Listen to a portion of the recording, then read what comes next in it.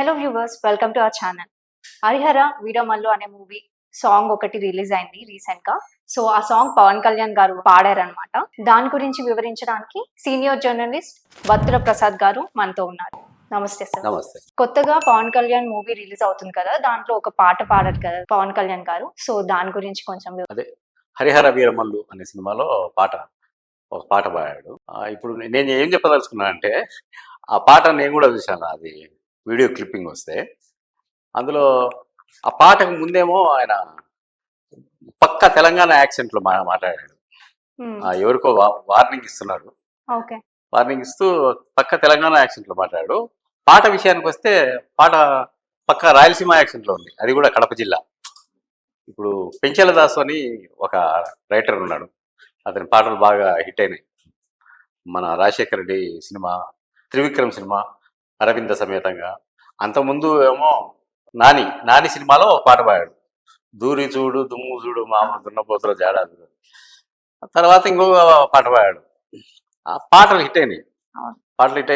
అతనికి అనుకున్నంత పేరు రాలేదు. అయితే ఇప్పుడు నేనేం చెప్పదలుచుకున్నా అంటే, ఈ పాటలో పదాలన్నీ పక్క రాయలసీమ, కడప జిల్లా, అంటే విలేజ్లో మాట్లాడుకుంటే పదాలు.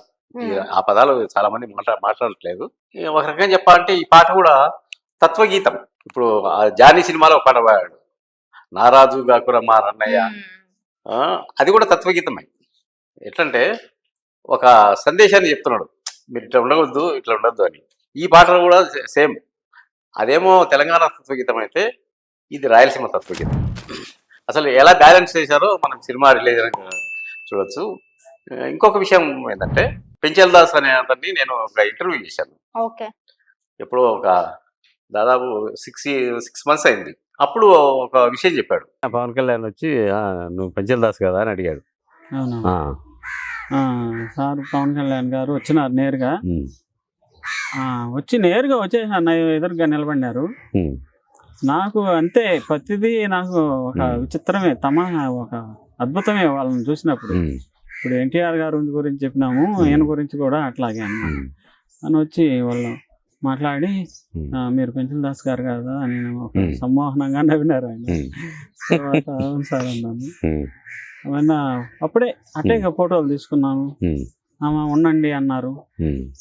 తర్వాత నన్ను భోజనం తినేదాకా ఉండిచ్చినారు. ఒక బహుమతి ఇచ్చినారు, శాలువా కప్పి సన్మానం చేసినారు. ఏం బహుమతి ఇచ్చారు? సరే, ఒక వెండి విగ్రహం ఒకటి ఇచ్చినారు, వినాయకుడి విగ్రహం. ఇంకా ఇంత అమౌంట్ అని ఇచ్చినారు. ఎందుకు సార్ ఇవన్నీ? ఈ డబ్బుల కంటే కోట్లైన విలువైన మనిషి మీరు నా ముందే ఉన్నారు కదా అంటే, లేదు మీకు ఆడపిల్ల అన్నారు, ఏమన్నా ఉంటుంది అని. చాలా అద్భుతమైన మనిషి సార్ అని ఒక ₹1,00,000 డబ్బులు ఇచ్చినారు.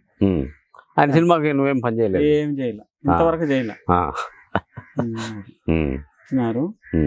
అది నేను ఆడ చూసుకోలేదు, ఏడొచ్చి చూసుకుంటే అది నాకు ఇంకా నుంచి మన త్రివిక్రమ్ గారికి మాట్లాడుతూనే ఏదన్నా వర్క్ చేద్దాము అని.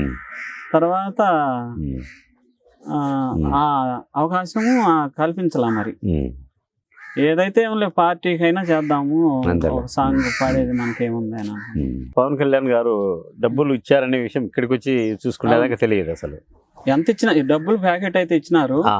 డబ్బులు ఒక 1 lakh, అది ₹1,00,000. ఇంటికి వచ్చి చూసుకొని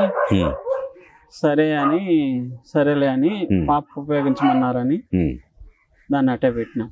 పాప పేరు మీద ఇచ్చినాం. మళ్ళీ మీరు ఫోన్ చేయడం కానీ సార్ ఇట్లా అని, మనం పవన్ కళ్యాణ్ గారి నంబరు అవన్నీ మన దగ్గర ఉండలేవు కదా. ఆడ వాళ్ళ పర్సనల్ ఎవరో ఉంటారు, వాళ్ళ నంబర్లు ఉన్నాయి. 2-3 సార్లు చేసినాను. వాళ్ళు ఇప్పుడు రాజకీయంలో ఉన్నారు కదా, బిజీ కదా. నేను అయితే కలవాలని కూడా అనుకోలేదు. మనం గుర్తుంటాము, వాళ్ళు పిలిస్తే మనం చేస్తాం. ఆయన అంత ప్రేమ చూపించినారు కదా, మన ప్రేమ మనం చూపించాలి కదా. ఆయన ఎప్పుడు పిలిచినా పోయి రాస్తాం, అయినా రాస్తాం. ఎప్పుడు పిలిచినా కానీ రాస్తాం, అభ్యంతరంగా రాస్తాం. దాని మీద మనకి ఏం లేదు, రాస్తాము, పాడతాము. ఆయన ఏం చేయమంటే అది చేస్తాం.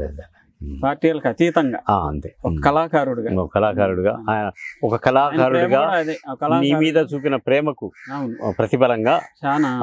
నువ్వు ఏదన్నా చేయాలని అనుకుంటున్నావు. అవునవును, చేయాలి కదన్నా. మనం అంతే. మనం ఎప్పుడు రుణపడం కదా. అవును. అది. అది అని ఆయన కెరీర్ గురించి చెప్పుకుంటూ నాకు పవన్ కళ్యాణ్ గారు ఒక ఏదో సభలో నాకు ఒక చెక్ ఇచ్చాడు, ₹1,00,000 చెక్కు. నేనేమి రాయకుండానే నాకు ఆయన డబ్బులు ఇచ్చాడు. నేను ఆయన రుణం ఎట్లా తీసుకోవాలో తెలియదు అని అన్నాడు. ఓకే. నేను వెయిట్ చేస్తున్న తర్వాత నన్ను ఎవరు కాంటాక్ట్ చేయలేదు. డబ్బులు ఇచ్చాం కదా, నువ్వు ఈ పని చేయని చెప్పలేదు అని అన్నాడు అన్నమాట. అది ఇప్పుడు కార్యరూపం దాల్చింది. ఓకే.